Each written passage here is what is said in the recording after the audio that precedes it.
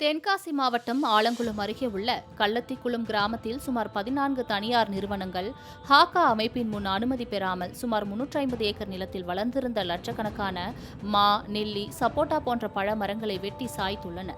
இதனால் வன விலங்குகளான காட்டுப்பன்றிகள், முள்ளம்பன்றிகள், மயில்கள், மான்கள் மற்றும் நரிகள் தங்கள் வாழ்விடங்களை இழந்து அருகிலுள்ள விவசாய நிலங்களுக்குள் புகுந்து பெரும் சேதத்தை ஏற்படுத்தி வருவதாக கூறப்படுகிறது.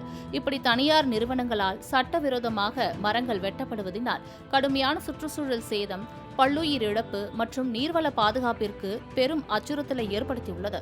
இதன் தொடர்ச்சியாக தற்பொழுது அப்பகுதியில் பட்டுப்புழுக்கள் வளர்ச்சியும் பாதிக்கப்பட்டுள்ளதாக விவசாயிகள் கவலை தெரிவித்துள்ளனர். கள்ளத்திக்குளம் கிராமத்தில் சோலார் பேனல் அமைப்பதற்காக லட்சக்கணக்கில் மரங்கள் வெட்டப்பட்டு நிலங்கள் சமப்படுத்தப்படும் பணிகள் நடைபெற்று வரும் நிலையில் அதிலிருந்து எழும் மண் புழுதிகள் அருகில் பட்டுப்புழுக்கள் வளரும் மல்பரி இலைகள் மீது படிந்து புழுக்கள் உயிரிழந்து வருவதாக கூறப்படுகிறது. இப்பகுதியில் சவுந்தரராஜன் என்பவர் பட்டுப்புழுக்கள் வளர்ப்பில் ஈடுபட்டு வரும் நிலையில் மல்பரி இலைகளோடு அதில் படித்திருக்கும் மண்ணையும் புழுக்கள் சாப்பிட்டு உயிரிழப்பதால் பெரும் நஷ்டம் ஏற்பட்டுள்ளதாக கவலை தெரிவித்துள்ளார்.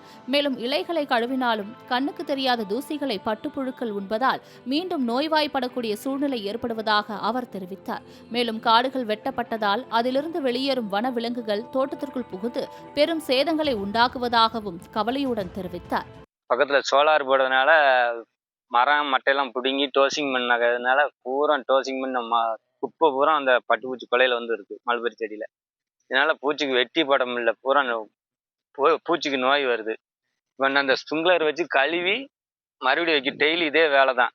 இந்த அங்கேருந்து பொட்டல் காடானதுனால தூசி பூரா இங்கே தான் வருது. இங்கே விவசாயமே பண்ண முடியல, பூச்சிக்கும் நோய் வருது. மண் அம்போட்டும் டோசிங் பண்ணி மண்ணு பூரா எங்க கொலை பூரா மண்ணா இருக்கு. நாங்க முதலீடு போட்டு பூச்சியை வாங்குதோம், வாங்கியும் எங்களுக்கு பலன் இல்லாம போயிட்டு. இப்படி வளர்த்தும் பாதி தூரம் வளர்த்துருக்கோம், வளர்த்தும் எங்களுக்கு பிரயோசனம் இல்லை.